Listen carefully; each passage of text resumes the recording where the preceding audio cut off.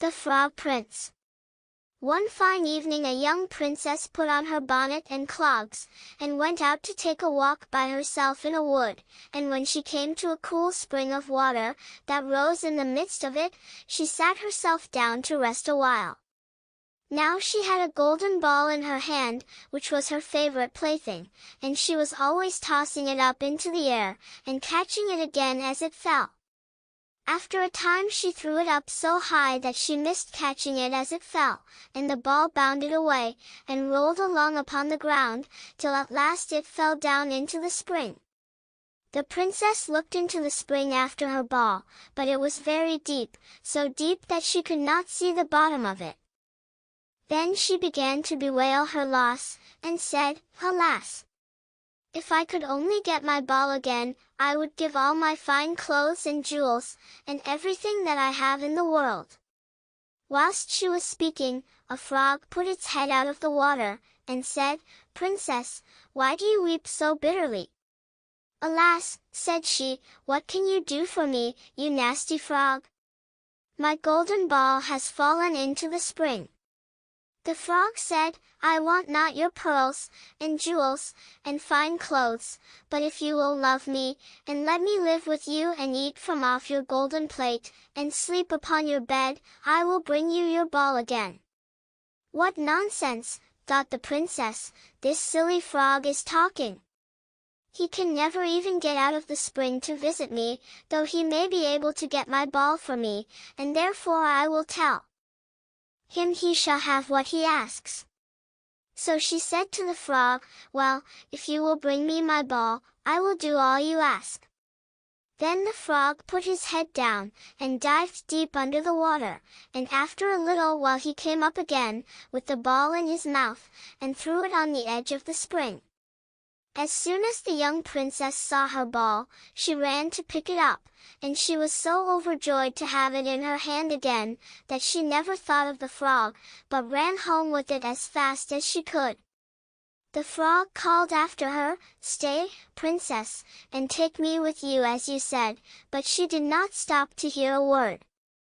The next day, just as the princess had sat down to dinner, she heard a strange noise, tap, tap, plash, plash, as if something was coming up the marble staircase, and soon afterwards there was a gentle knock at the door, and a little voice cried out and said, "Open the door, my princess dear, open the door to thy true love here. And mind the words that thou and I said by the fountain cool, in the greenwood shade." Then the princess ran to the door and opened it, and there she saw the frog, whom she had quite forgotten. At this sight she was sadly frightened, and shutting the door as fast as she could came back to her seat. The king, her father, seeing that something had frightened her, asked her what was the matter. "There is a nasty frog," said she, "at the door, that lifted my ball for me out of the spring this morning. I told him that he should live with me here, thinking that he could never get out of the spring, but there he is at the door, and he wants to come in." While she was speaking the frog knocked again at the door, and said, "Open the door, my princess dear, open the door to thy true love here. And mind the words that thou and I said by the fountain cool, in the greenwood shade." Then the king said to the young princess, "As you have given your word you must keep it, so go and let him in."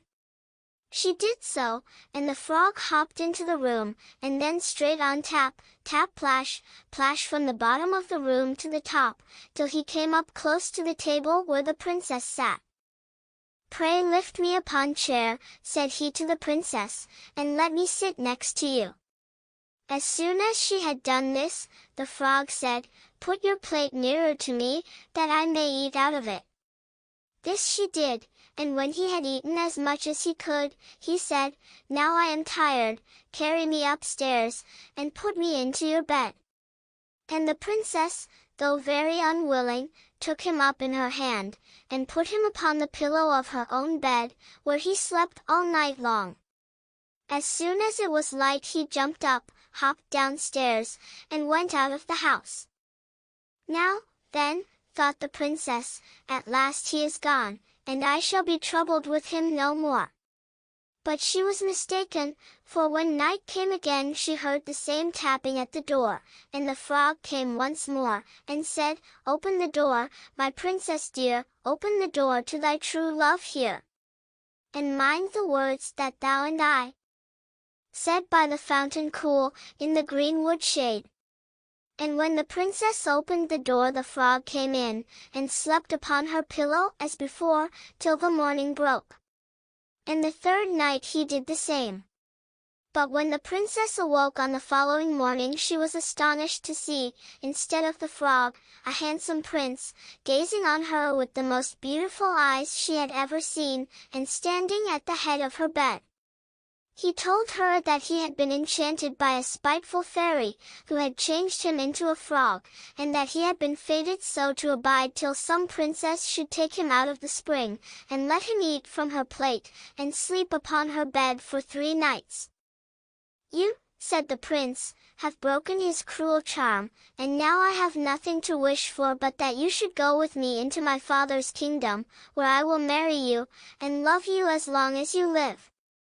The young princess, you may be sure, was not long in saying yes to all this, and as they spoke a gay coach drove up, with 8 beautiful horses, decked with plumes of feathers and a golden harness, and behind the coach rode the prince's servant, faithful Heinrich, who had bewailed the misfortunes of his dear master during his enchantment so long and so bitterly, that his heart had well nigh burst.